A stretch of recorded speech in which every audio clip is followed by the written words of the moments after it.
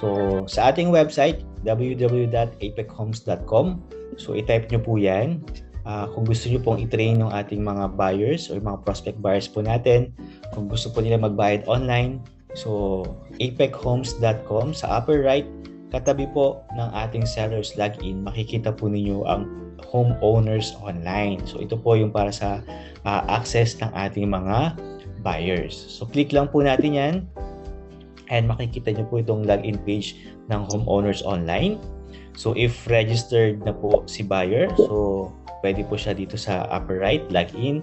Or kung hindi man, bagong reserve pa lang or bagong buyers pa lang or hindi pa nare-register ang kanyang account, dito po tayo sa register tab. Okay, so click nyo po yung register. Pili lang po ng specific project kung saan bumili ang ating mga buyers. Ayan, kung Boston Heights, Azalea, Arrowtown, Arabella, or kung saan man po, Maple Tree, Tarragona, yan. So, mandito po lahat ng projects na meron po kay Apec Homes. Howard Village, Marco Polo, yan. Newton, Pandale, Portobello, Queensboro, Riviera, San Isidro, at kung saan man po na project na meron po tayo. Victoria Townhomes, Verdanza, ayan, kung sila po ay nagbabayad pa. And then, use yung block and lot number kung saan po bumili si buyer natin. And then, syempre, yung RA number.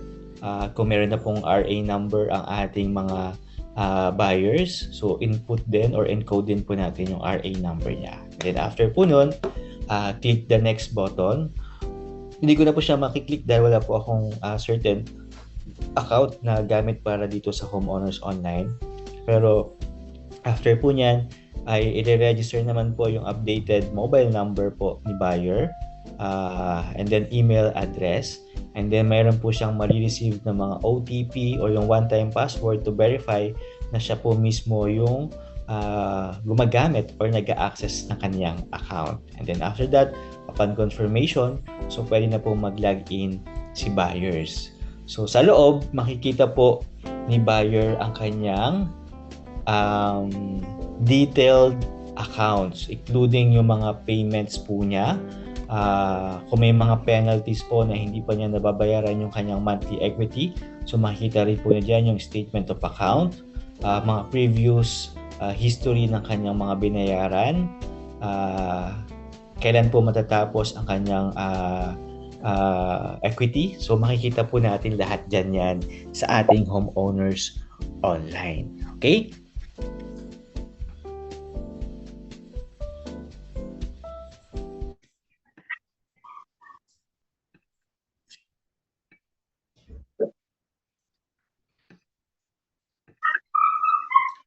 Okay, so ano po ba yung mga laman nito? Sabi ko nga, meron tayong unit registration.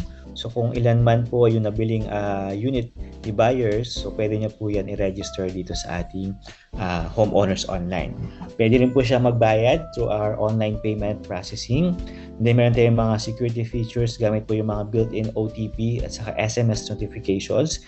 Pwede niya rin pong i-view yung mga requirements po na in-upload or sinubmit po niya kay Apec Homes. Nandyan din po ang payment due date reminders ni buyers kung kailan po siya dapat magbayad or magkano po yung kailangan niya ng bayaran. Okay. And then last is yung payment status, kung successful po ba lahat ng mga payment na ginawa or in process po ni buyers. Ayan. Kanina po may nagtanong, pwede daw po ba yung mga sellers ang gumamit ng homeowners online account ni buyers? So, syempre, sabi po natin, if ever po yung buyer po natin ay hindi marunong sa mga ganitong klase na very techy process po na piniprovide natin. So kung hindi sila marunong or wala silang mean to access po yung website saka yung mobile app at with consent naman po ni buyer na gamitin or i-allow ang kanyang mga sellers to use yung kanyang account, if ever po ang ginagawa po ni buyer ay si seller po ang nagbabayad ng kanyang equity, So, para maging mas updated or mas madali, you can use the website or yung mobile app. So, as long as with consent ng ating mga buyers na inaalaw po ang ating mga sellers to use the online account. So, pwede po yun. Okay? And then, so syempre, maliban po sa website, last December, medyo naging matagal yung transition natin po, no? Last December 2020 pa po yung ating website. So ngayon, 2025, ay ino-open po natin or bubuksan po natin ang mobile app platform naman for our new generation of buyers. Kung mapapansin po ninyo, kung kayo po ay nag-analyze ng mga data ng inyong mga buyers, so most of the new buyers po na pumapasok sa atin kay Apex Homes ay medyo nasa new generation na po ng mga buyer. Ito yung mga nasa millennials or Gen Z. Ayan. So most of them ay talagang very familiar or mas prefer ang paggamit ng mga mobile app.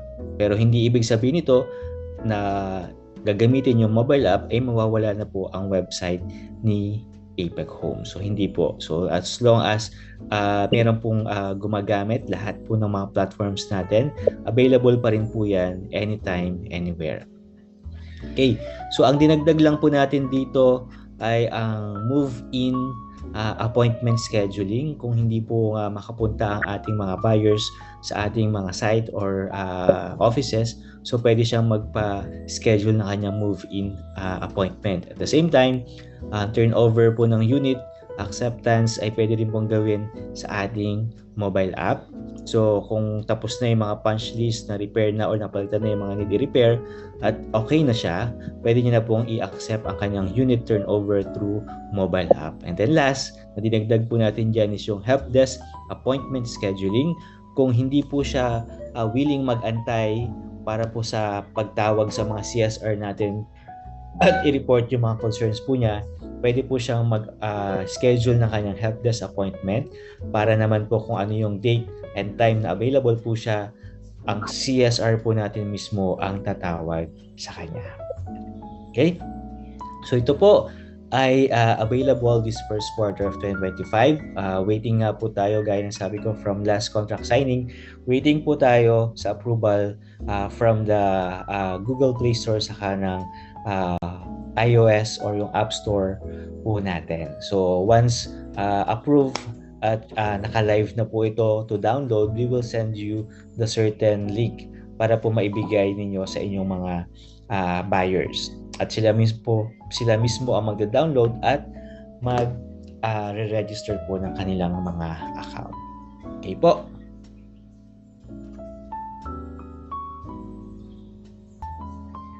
Wait lang.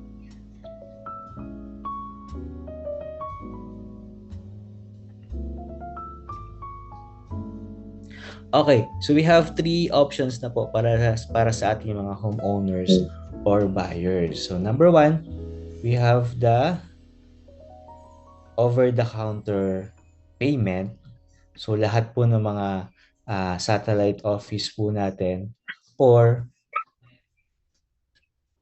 ang ating mga over-the-counter payment. So pwede po siya para po sa mga traditional way ng mga buyers po natin na mahilig or willing pa rin pumunta sa mga office po ni Apex Homes. Then number two, para naman po sa mga mas prefer yung bigger screen, so you can use the website. And then last, para naman po sa mga new generations of buyers, so you can download the mobile app. So you have three options na para maging mas updated pa sa pag-monitor ng kanilang mga account at sa pagbayad ng kanilang mga monthly equity.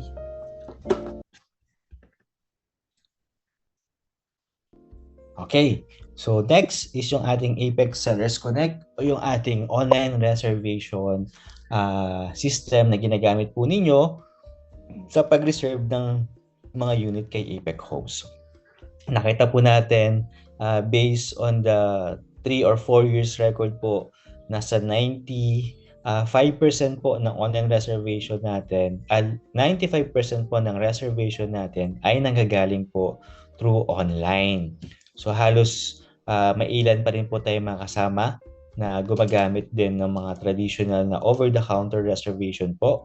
Kaya po open pa rin po yung mga opisina natin para po kung may mga buyers or sellers na gusto ay mag-walk-in or pumunta mismo sa opisina para mag-reserve ng kanilang mga unit. Available pa rin naman po yun at hindi po natin tinatanggal. Okay. So update po natin sa ating online reservation kung kayo po ay may mga username or user account na kay Apex Homes. Ayan. Yung difference po ng old version natin saka new version. Yung old version po natin, we have the three halos major na features po niyan. Online reservation, yung payment, yung commission status for brokers, and then outright incentives naman para sa ating mga sellers at team leaders. Sa new version po natin, mas pinabilis po natin yung reservation, mas dinagdagan natin ang ating payment channels. Nagkaroon po tayo ng buyers registration, monitoring po ng sales at saka po ng mga buyers po natin, payment options for buyers na sila po ang magbayad ng kanilang reservation, at yung ilan po na ipipresent at i-discuss ko po sa inyo mamaya. So, starting po ng February 15, kung kayo po ay nagbebenta dito sa apat na project po na to, Liberty Homes, Sonoma Residences, Citrus Heights at Villa Zaragoza. Itong apat po na to ay hindi nyo na po makikita sa ating old version na online reservation. Lahat po to ay makikita nyo na sa ating new version at doon nyo po siya dapat i-process for reservation. So, starting February 15 po yan. Okay, so ito po yung QR code ng new version po natin for Android at QR code naman for iOS ng ating new version. Pakita ko nilang po sa inyo para mas madali po. So, kanina po natanong ni ma'am, bakit po dalawa yung mobile app na nakikita niya sa Google Play Store? So, ito po yung old version para mas maging familiarize po kayo. Ito po yung icon. Yan. Yung icon po ng old version mobile app po natin para po sa gumagamit ng Android. Yan. Para naman po sa new version po natin, ito po yung icon. It's Apex Sellers Connect. So, darker blue, tapos iba po yung logo na ginamit natin. Old version and the new version. Okay? To be clear, parehas po yan ay pwede nyo pong magamit. So, hindi nyo po kailangang i-delete yung old version na mobile app.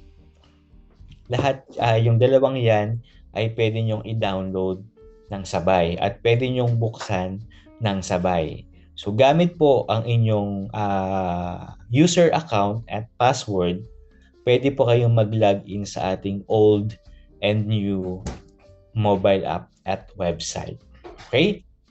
Sa new website naman po natin, ayan,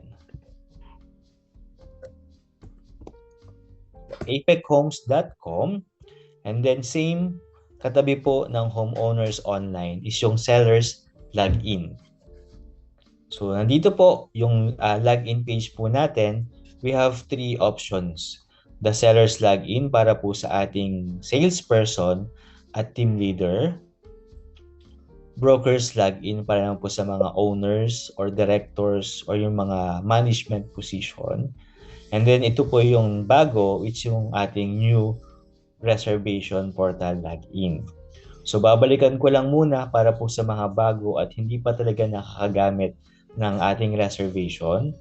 So, ayan. If meron na po kayong user account or nabigyan na po kayo ng login account kay Apex Homes, so gamit po ang inyong registered email at password. Type nyo lang po dyan and then click nyo po yung login. Mag-open po yung ating seller's dashboard.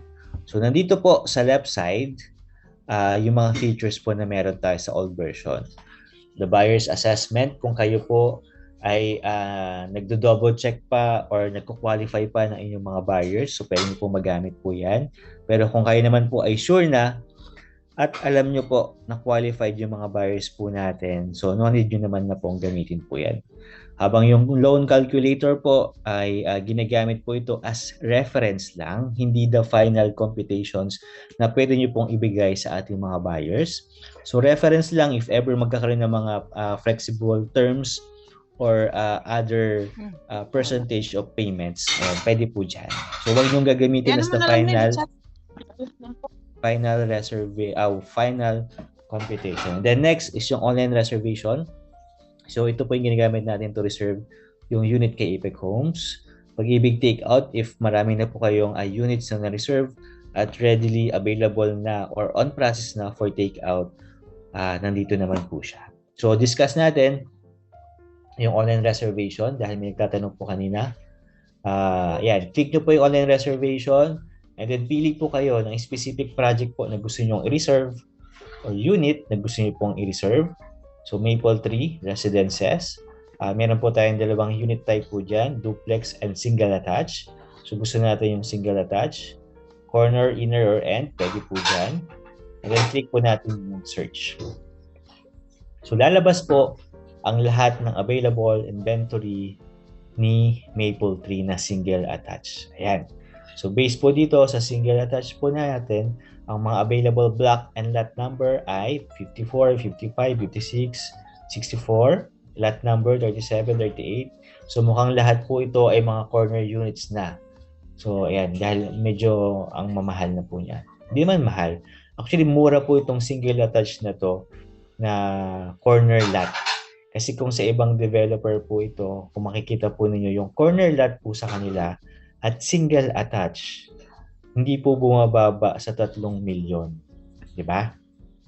Or nasa halos 5 million to 8 million po ang presyo. Sa atin, nasa 2.6, 2.4, 2.2, 2.3. Mababa pa rin po. So, sa right side, meron tayong reserve button. Click nyo po yan. At lalabas po yung ating buyer's reservation form. Ayan. So dito, once kinilik nyo po yung specific unit or inventory, meron tayong 15 minutes po na time limit. So after 15 minutes at hindi nyo po natapos ang pag-encode or pagbayad ng reservation, mag-e-expire po itong ating ginagawang reservation at ma-open po yung units na pinili po natin. Okay? Pero ganun po ba katagal para mag-reserve? Mabilis lang naman po. As long as ready po kayo at alam nyo po yung process katulad po nito after the unit, type lang po natin yung name ni buyer. Ayan. Yung birth date po niya. Select po natin.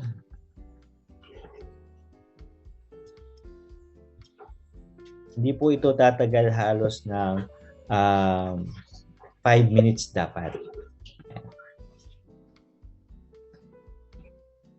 Then mail, yung address po. Employer po niya, address, position po niya, address. So, ang testing account na ginamit ko po, ayan, from RCD. So, team leader po yan. So, automatic po, nandiyan din yung mga names. And then, click next. Check the summary before you pay po. Ayan. After po niyan, huwag niyo pong kalimutan ito pong terms and conditions. Click the box. And we have options for Visa and MasterCard and other digital wallet. So, click Pay Now. And then, pipili po kayo ng specific payment options na gusto niyo pong gamitin. Ayan. So, meron po kayong card or digital wallet. Ayan. So, reservation fee po natin is 15,300. Pili na lang po kayo saan yung mas prefer po ninyo na payment options. And then, successful na po ang ating reservation. So, ganun lang po kadali yung old version po ng ating reservation process kay Apex Homes. Question po?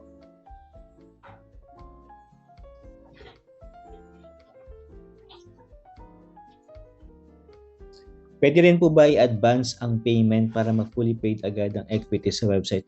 Pwede po, Ma'am Ami, kung magbabayad po in advance ang ating mga buyers, pwede po siya mag-advance payment po doon. Kunwari, ang due amount lang po is nasa 15,000 pero ang babayad po niya 50,000 or 100,000, pwedeng-pwede naman po yun kasi magre-reflect din po yun sa records na base po sa last transactions or payment po ni buyers, ang binayad po niya is nasa 50,000 or 100,000.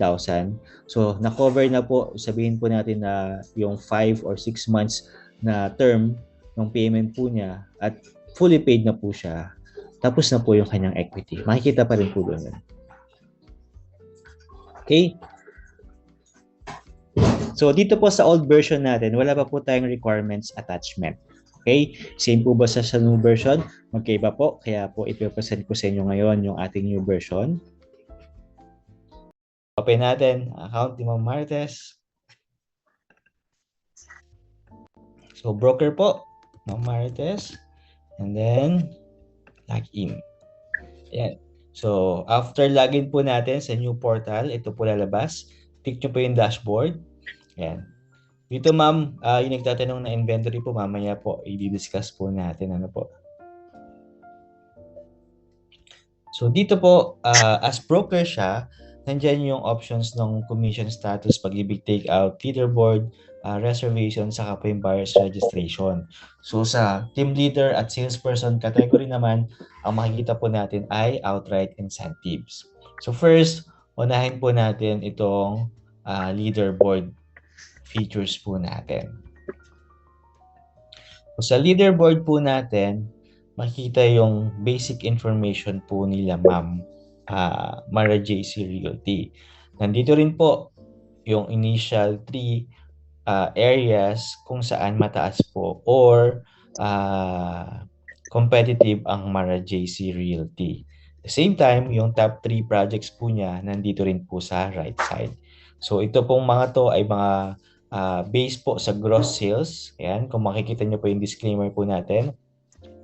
Yung ranking details po dito ay based sa sales already with RA number. Ito po ay gross sales po natin at hindi po pwedeng gamitin or basis para po sa magiging final awarding natin by December. Kasi February pa lang naman po, so possible ay magbago, madagdagan, or mabawasan siya kung meron tayong mga cancellation po na mangyayari. Kung yung mga nireserve po natin last January ay hindi po nagtuloy o hindi nagbayad or hindi na nag-proceed sa kanilang reservation or monthly equity, ay possible pong mag-cancel. Kaya mababawasan at mababawasan siya kung may mga ganun klase po tayong account. Or madadagdagan naman siya kung tayo naman po ay everyday halos nagpo-push sa pagbebenta ng mga projects kay Apex Homes.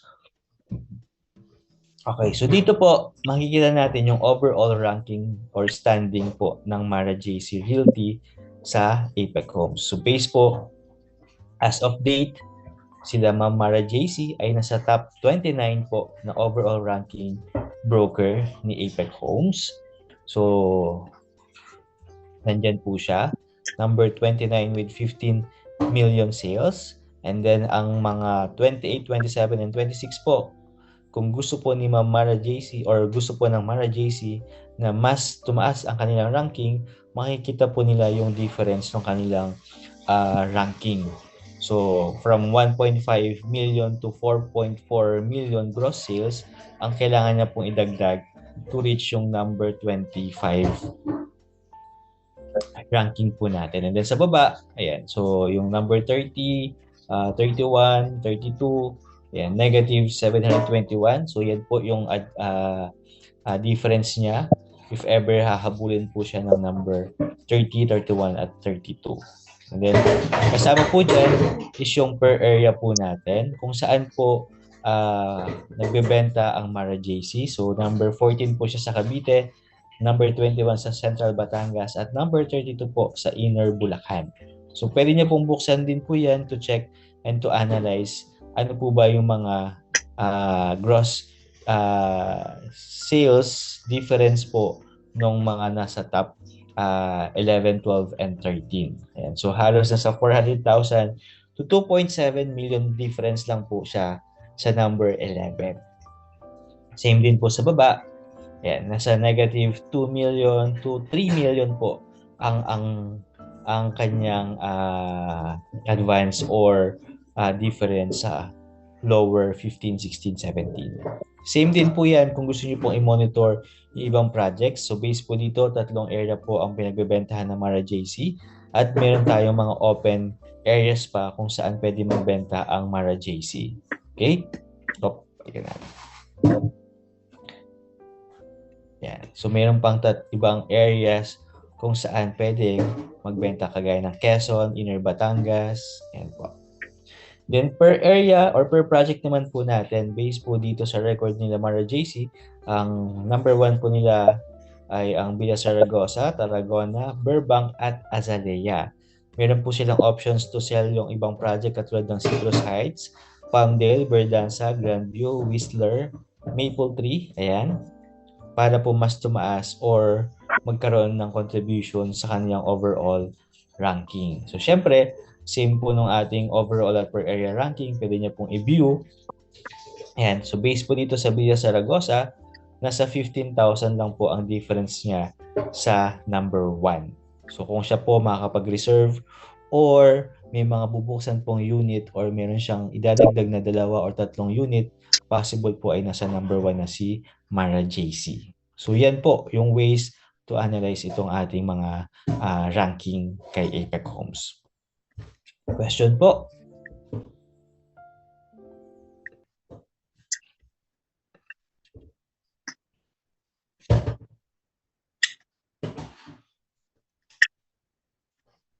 Yung ating new reservation portal, ito po yung tinatawag natin na panibagong version ng website at mobile app.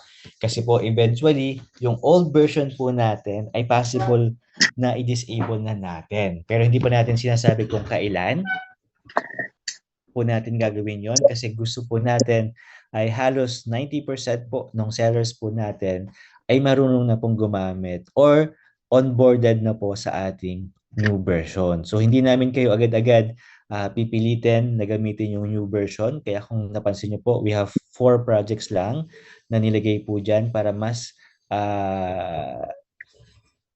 makapag-adapt kayo ng maayos po, hindi bigla-bigla. So unti-unti po natin gagawin po yon. And then eventually, pag okay na po lahat po ng mga gumagamit ng new version po natin are doing well or standard po sa pag-upload ng mga requirements or hindi na po nahihirapan to use the new version, pwede na po natin i-disable na ang ating old version. So medyo matagal pa naman po yun kasi we have 30 to 50 sellers na registered. So hopefully, ayan, makapag-adjust po lahat this year. Okay. So no questions po para sa ating leaderboard and ranking. So next po tayo, ano ba yung bagong features nga po na sinasabi po natin? So kung kanina, kung napansin po yung old version, after the unit selection, doon po papasok ang buyer's reservation form.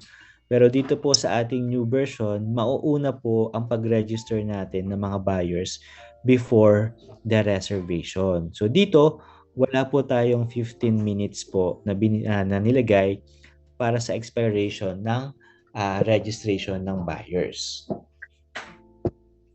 So, open time po ito kung sakaling kayo po ay medyo mabagal mag-type or mag-encode or medyo madami po ang inyong mga need na i-register, hindi po siya mag-expire agad-agad. Kung ang nilagay nyo pa lang naman po is yung employer information, personal information, and then nagkaroon po ng problem sa power, nag-brown out, tapos hindi po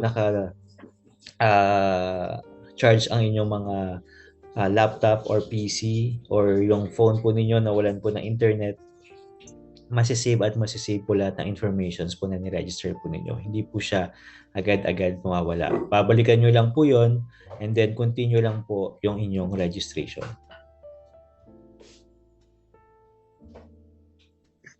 Okay? So, register a buyer. First, important yung last name, first name, middle name, birth date, contact number, at email address. So, sample po natin ito muna. Yan.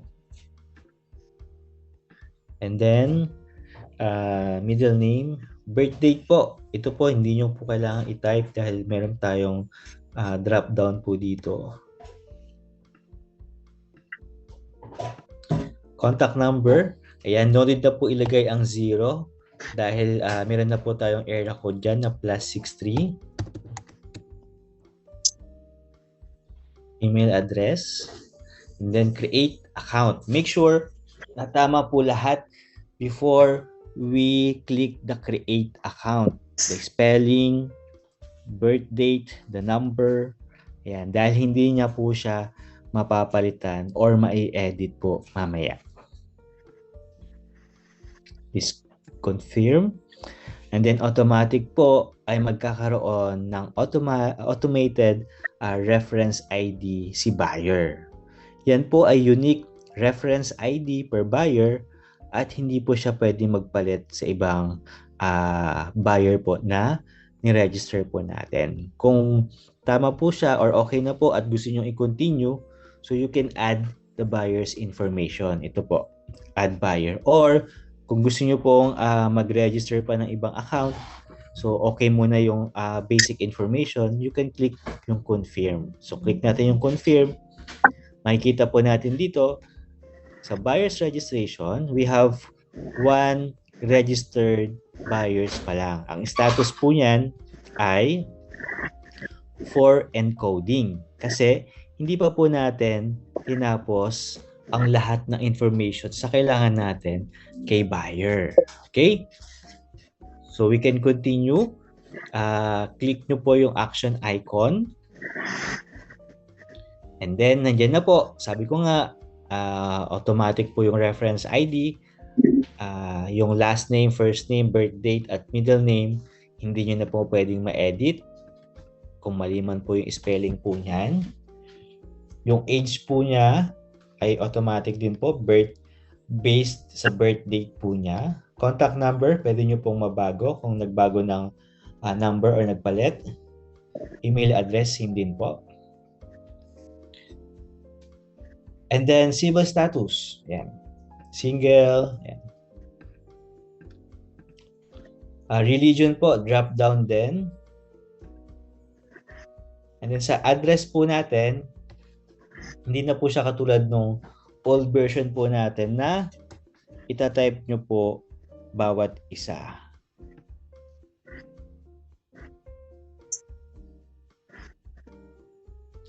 Dito po, naka-standard po tayo drop down kung ano po yung registered address na meron po tayo per region. Ayan po. So kung siya po ay taga NCR, National Capital Region, 2nd District. Yan, type po natin. Municipal, sabihin natin po ay City of Mandaluyong. Barangay po ay Addison Hills. And then, siya po ay taga, sabihin na lang po natin ito. Dito po sa street name or building name, ito lang po yung isa sa mga tab na tayo mismo ang mag-type kasi po ito possible po ay magbago or mapalitan or mawala yung address. Possible yung building na demolish or nasunog, so nawala na siya or pinalitan ng panibagong structure. Yan, nagbabago-bago po siya. Street name, same din po, kayo po yung maglalagay. Then sa zip code po, kung siya po ay taga Mandaluyong NCR, so hanapin nyo po at i-search kung ano po yung zip code ng City of Mandaluyong. Ilang years na po siya nag-stay, sabihin po natin 10 years po dyan. Yung billing address niya po ay same po na kanyang home address ngayon. So click the box. Yung provincial address po niya ay wala din naman. Same lang din po yung tinitirahan po niya. Click the box na lang din po. Then after po niyan, proceed tayo sa employer information. Employer information, ito po kung saan po siya nagtatrabaho or ano po yung negosyo ni buyer. Sampulan lang po natin. Yan. Siya po ay taga APEC, marketing, sales director po siya. So, real estate, ang address po niyan, sabihin natin ay same din, NCR. Yan, halos same lang din po para at least mabilis po yung ating pag-encode. Yan. Yan. Contact number po, type lang po natin. Years of employment, sabihin natin 5 years na po siya dyan. Ang gross salary po niya ay 50,000. PIN number, yan, make sure po, tama. Then click next. Reference person po, sample natin. So, same po yung number. Number 2 po. Ayan.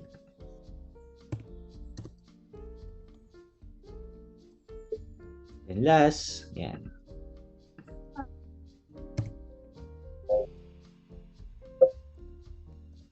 Okay, click next. Requirements. Sa requirements po natin, we have 3 requirement type. Valid ID, proof of income, at proof of billing. So kung meron po siyang 5 valid ID, you can add more na lang po dito. Add more, add more. Kung 3 po or 5, yung kailangan nyong i-upload na valid ID. Kung isa lang naman, so ang format po na kailangan natin ay PDF, JPEG at PNG at maximum po na 2 MB per file ang kailangan i-upload. Huwag po kayo mag-upload ng audio format or yung MP3 at ng video format or mga MP4. Kung may mga TikTok videos po kayo, wag nyo na pong pilitin i-upload po yan kasi hindi po yan tatanggapin ng ating system. So, valid ID, meron pong ID po si sir or si ma'am, upload po natin dyan. Yan. So, 22 kilobyte po yung kanyang file size. And the next is yung proof of income. Yan. So, valid proof of income. Pili po tayo. Hanap tayo.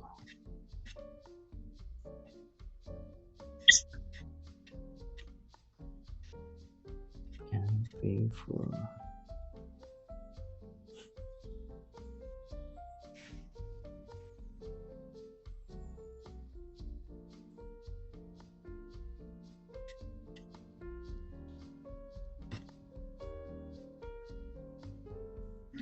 Okay, try natin to kung kasya.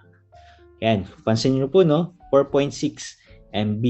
So, nag-red na po siya, meaning hindi na siya kakayanin pang i-upload. Masyado na po siyang malaki. Try po natin yung picture natin kanina. Yan, so 1 MB. Then, last is yung ating proof of billing. So, kung PDF siya or JPEG, same lang din po. Upload po natin. So, for super taas. Yan. Then, palitan po natin. Yan, 1 MB. Then, kung okay na, na-upload nyo na po lahat ng requirements. Lahat ng requirements na binigay po sa inyo.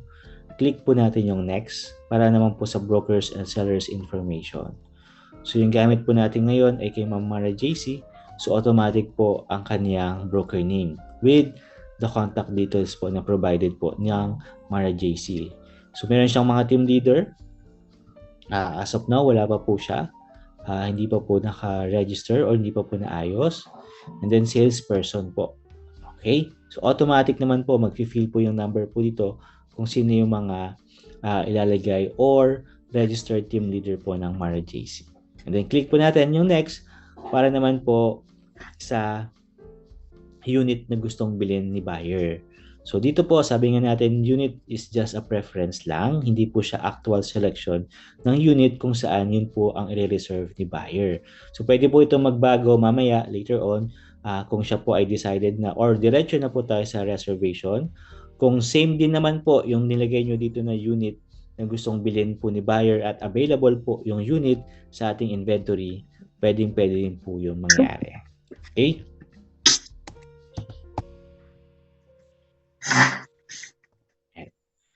So, sisave po natin yan. After po natin ma-save, so automatic naman po ay diretso na tayo sa ating reservation. So, hindi na po natin pang kailangang intayin ang confirmation po ni buyer or yung validation po ng ating admin staff kung tama po ba lahat ng nilagay po natin na details po ni buyer.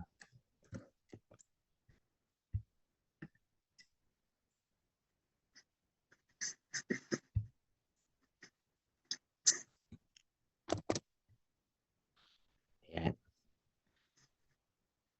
Okay na, makikita po natin ngayon yung buyer's registration. Yan, mag-change po siya ng status po dito. And then, copy lang po natin yung reference ID. So nakikita niyo po yung icon po dyan. You can click po yan or you can highlight po itong reference ID and then copy, paste or control C or command C. Depende po sa laptop, unit or gamit po ninyong computers. Then punta po tayo sa booking. So sa employer, ang options na nakalagay pa lang doon initially is yung local employer. Tama po? So kung meron po siyang employer abroad, so yung address niya abroad din, so paano po ba yung magiging address na ilalagay natin dito? Okay. So initially, kung ang address po ni buyer, employer address po ni buyer ay abroad at wala po dun sa selection natin, pwede po sigurong i-upload na lang din yung mismong copy ng contract with the employer's address. Yung sa ating address ng employer, pwede mo natin gamitin yung local address po ni buyer. Lalo na kung yung mga buyers natin ay OFW or international nga, wala pa dun yung international address po na nilagay po natin. So papalagyan po natin ng options ng OFW button plus address kung saan pwede nyong encode or i-type yung employer address po nila. Yung ating summary nung in-encode natin kanina, so pwede nyong i-review po ulit yan. Next natin, unit reservation. So sabi ko nga, yung buyer registration po natin,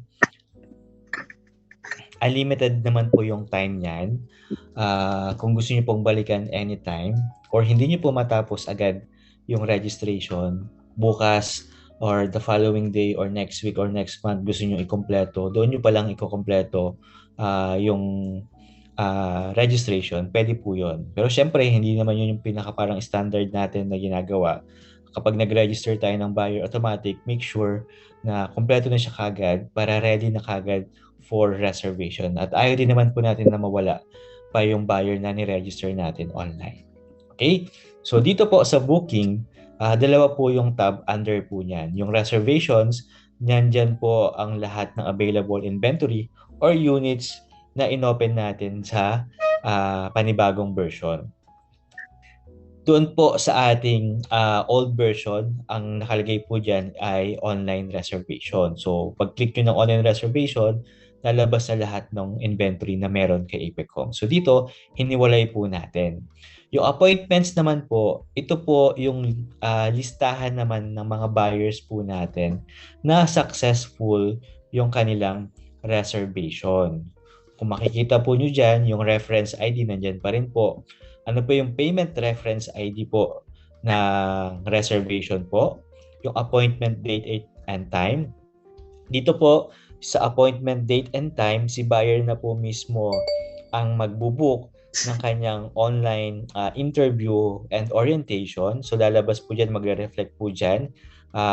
Kung sakali na gusto nyong i-remind yung buyer po ninyo, based dun sa select nyo po, ma'am and sir, na date and time for appointment, ito po ay sa February 14, 2 p.m. So make sure po makapag-attend po kayo para po matapos na or maging successful na ang inyong orientation at interview. Then sino po yung buyers, anong project po yung binili niya at ano pong developer at yung adding details po ng kanyang unit. Siyempre, kung sino po yung nagbayad, kung ang nagbayad po ba ng reservation ay si buyer or kayo po na sellers, lalabas din po dyan. Ano po yung ginamit po ninyong payment method? Ito po ba ay GCash or kung ano man po or debit card? Sino po yung seller or kayo po na seller? Ang nakalagay po dyan. Payment status po kung ang nagbayad po ay si buyer mismo. So payment status po dyan kung nag-fail po ba, nag-expire po yung link, hindi niya po nabayaran or successful po or rejected kasi kung ang ginamit po niya na debit card ay wala pong laman, hindi po magiging successful yung payment. Okay? Yan po yung difference po ng tab under ng booking. The reservations, which is the unit and inventory, and the appointments, which is the buyer's list of successful reservation. Okay? Successful or hindi successful, nandyan po sa appointments. So let's proceed po with the reservation. So dito, makikita niyo po lahat ang list of developer's name, including yung project name at location. Kanina po may nagtanong, saan po ba pwedeng makita ang mga project ni Apex Homes at locations or address? So nandito po yan, ma'am, sa available inventory po natin. So based on records or yung binuksan po natin dito, meron tayong apat, si Casa Segovia, Grandview Heights, Villa Marcela at Sonoma with the developer name po nila. Ang naiba lang po ay si Sonoma under po ng The New Apex Development Corporation. Kung sila po ay magbabayad ng monthly equity, yung kanina pong pinisend ko sa inyo na homeowners online, kung magbabayad po yung mga buyers natin gamit ang PayMaya app, so hanapin lang po nila ang biller name ng kanilang mga developer name. That's Cumberland, The New Apex, at Amanaland Corporation. Yan po yung lalabas na biller name kay PayMaya, hindi po Apex Homes. Kasi po ang Apex Homes is the brand or the company, mother company po nung tatlo ng developer name po natin. And then, okay, yung address, kung saan po located itong mga project po na to, nandyan din po sa ating inventory list. So, ang napili po ni buyer ay itong Casa Segovia. So, click lang po natin yung action icon. Ayan. And then, lalabas po lahat ng list of available units na meron po kay Casa Segovia, including po kung anong unit location po ba siya, corner or inner or end, magkano po yung TCP, at magkano naman po yung reservation fee ng unit po na to. Okay? So, pipili po dyan, or kung may napili na nga po si buyer na unit, select lang po natin. Kunwari po, napili po niya is duplex with garage, 56.4, Block 14, Lot 2, corner, 2.7 million with 15,000 reservation fee. Yan.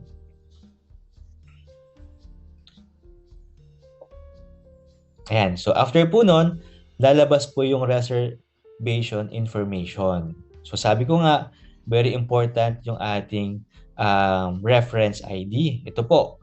So, ika-copy-paste nyo lang po yan. Copy-paste po. Kung i-highlight nyo po siya and then copy, or itong icon po na to and click para makopy. Yun lang po yung ipipaste nyo po dito sa reference ID. Ayan.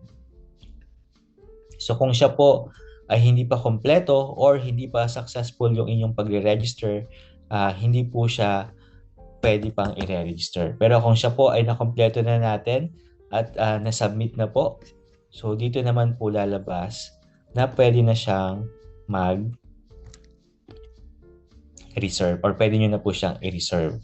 So dito po initially, ang nakalagay po ay for processing pa lang. Ayan. Okay, so mag-autofill po yan yung name po ni buyer. Lalabas din po lahat dyan yung information po kung sino nag-process or sino po yung agent under ni seller po. And then kung magkano po yung payment na kailangan, that's 15,000 plus the admin fee, 300. So ang total amount po na need for reservation is 15,300. So pipili na lang po ng options ang ating buyer to pay kung ano pong payment channel yung kanyang gustong gamitin. Is it GCash, GrabPay, debit or credit card using yung Visa and Mastercard, or yung mga iba pang idadagdag po natin na payment channels. So yun po, after po nun at successful po yung payment, reserve na yung payment, yung unit kay buyer. Take note lang din po, upon selection natin ng unit at pumasok na po dito sa reservation information, ito po yung time na mag-start na yung ating 15 minutes limit. Pero kung mapapansin po ninyo, hindi kayo aabutin po ng 15 minutes po dito. Kasi ipipaste nyo na lang po yung reference ID and then proceed na po kayo sa reserve at payment. So siguro around 1, 2, or 3 minutes tapos na po kayo. So ganun po kabilis yung ating panibagong reservation. inuna na po natin na i-register ang ating mga buyers. Para po pagdating sa reservation, ay mabilis na lang po yung ating magiging process. Ano po ba ang advantage po nito? Kung sila Ma'am Yusel po ay may panibagong project na bubuksan sa Cavite, new projects po yan. And then ang available projects po, unit ay nasa 400 units lang. And then meron po kayong 20 or 30 or 50 buyers po na nakapila at gusto niyo pong i-reserve on the day na bubuksan po yung project ni Ma'am Yusel, pwede nyo na pong i-advance, i-register lahat po yung buyer po natin. Meaning, today, up to the date, kung kailan mag-open po yung project ni Ma'am Michelle, pwede nyo na pong i-register lahat ng buyers para by the time na bubuksan po yung available inventory po ni Ma'am Michelle at meron po kayong multiple gadgets or multiple resources. Meron kayong 2 laptop, 3 PC, so that's 5. Meron kayong 5 smartphones, so additional 5. So meaning, 10 unit pwede nyo kaagad kunin or i-reserve ng sabay-sabay. Di ba? Kung ganun po yung strategy po ninyo, using with the same username and password, allowed naman po yun. Dahil hindi po natin ni-restrict na one user, one gadget po yung pwedeng magamit. Meaning, one user account po at meron kayong 10 or 20 na gadgets, pwede nyo pong gamitin yun ng sabay-sabay. Kung makapila nyo nga po ay nasa 50 na buyers sa bubuksan na project po ni Ma'am Yusel, so make the strategy na ma-maximize nyo po yung ating mga user account or yung ating mga resources ng sabay-sabay. Kasi mahihirapan po kayo kung mag-stick kayo into one gadgets and then meron kang multiple reservations. So babagal at mauubusan po tayo ng reservation. Okay, after the payment po, may marireceive po na notifications po si buyer. Ano po yung complete details ng kanyang reserve, anong unit, and then ano po yung reference reference ng kanyang transactions. Then after po nun, kung ang gamit po natin nga yung ngayon or existing version po ngayon, ay tinatawagan po siya ng ating mga officers para naman po sa gagawin nating mga interviews and orientations. Pero dito po, sa new version po natin, after the reservation or after po ng payment niya, marireceive niya po kaagad yung link kung saan pwede siyang mag-schedule po kung kailan siya pwede or available for the orientation and interviews. So parang ano po ito, parang para kang nag-renew or kumuha ng passport sa DFA. Ikaw mismo ang magse-select ng available dates and time kung kailan po kayo tatawagan or kailan po kayo pwedeng pumunta sa office for the interview at orientation. Yun ma'am. Through SMS at saka email notifications po, marireceive po nila yung link para sa pag-book ng kanilang orientation and interview po. Paano po kung nagkamali, just in case, ano po pwedeng gawin? Kung nagkamali po kayo, sabi ko nga po kanina, at gusto nyo pong palitan, malabo po yun. So, ang options po ninyo is to register the same informations, pero tama po yung mga spelling or informations, or wait nyo po na i-amend na siya later on, after. Yan. Yung question po ni Ma'am Angelo about the OFW employment tab. Yan. Confirm ko lang sa buyer's registration, no need naman po ba na dapat na-reserve na si buyer? Pwede po ba namin encode muna yung mga lineup? Yes po, no need naman po na i-reserve nyo po kaagad. Pwede nyo pong i-encode muna lahat ng informations ni buyer. Kung marami po kayong buyers po na need na i-register, so i-register nyo muna po lahat yun bago kayo diretso po sa reservation. Kasi kung wala naman po tayong problem or wala naman po tayong kaagaw sa mga unit na i-reserve po natin, so pwede tayong mag-chill.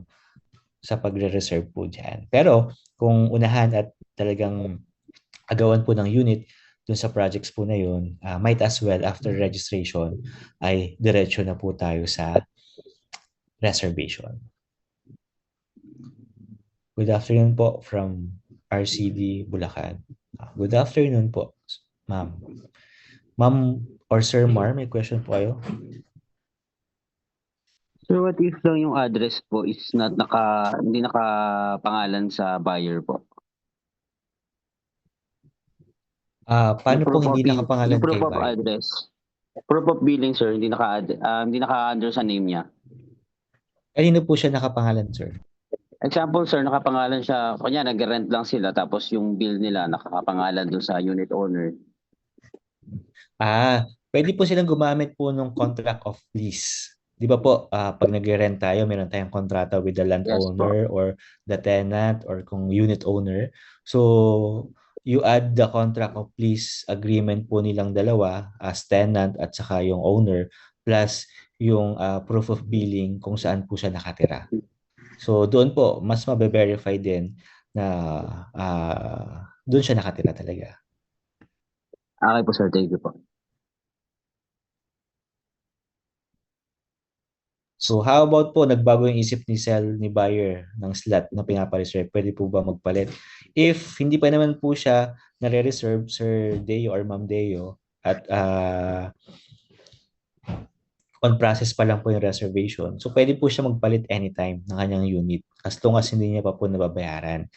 Pero kung na-reserve na po siya, Ma'am Michelle, paano po yung ginagawa niyo doon? Kung na-reserve na yung unit tapos gusto niya magpalit or change unit, ginagawa po ba siya or may process po ba doon?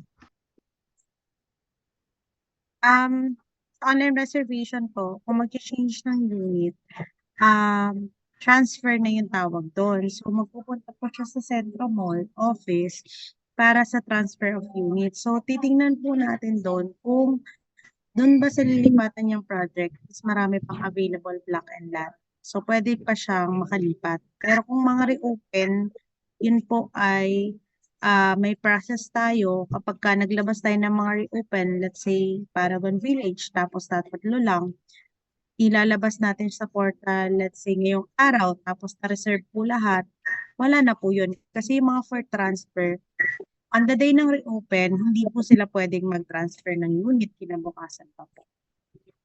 Kung may matitira lang dun sa nilabas natin na online reservation.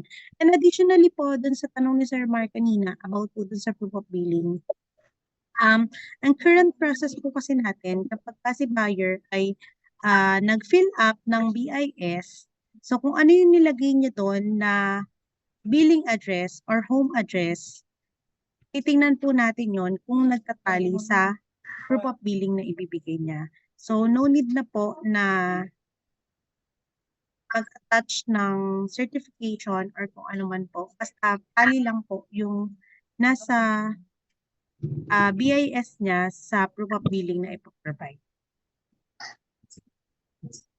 Yan lang po. Thank you, ma'am. Thank you po. Noted po.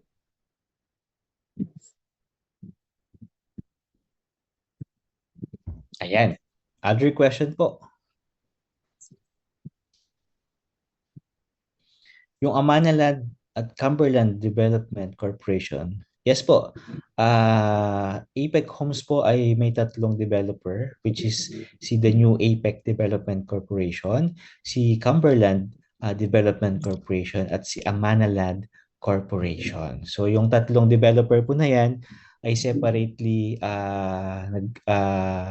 may mga different project po na hinahawakan. So kung si Maple Tree po ay under po ng what developer, ma'am, Yusel? Cumberland or Amaniland? Cumberland po, sir. Ayan, so si Maple Tree po ay under ng Cumberland. And then the rest, magkakaiba rin po. So, check nyo rin, sir or ma'am, kung Paymaya nga po yung gagamitin po ninyo. So, pwede nyo pong i-check na biller name, yung Cumberland, yung Amana Land, saka po yung The New APEC. Huwag nyo pong hahanapin si APEC Homes as biller kay Paymaya. Okay?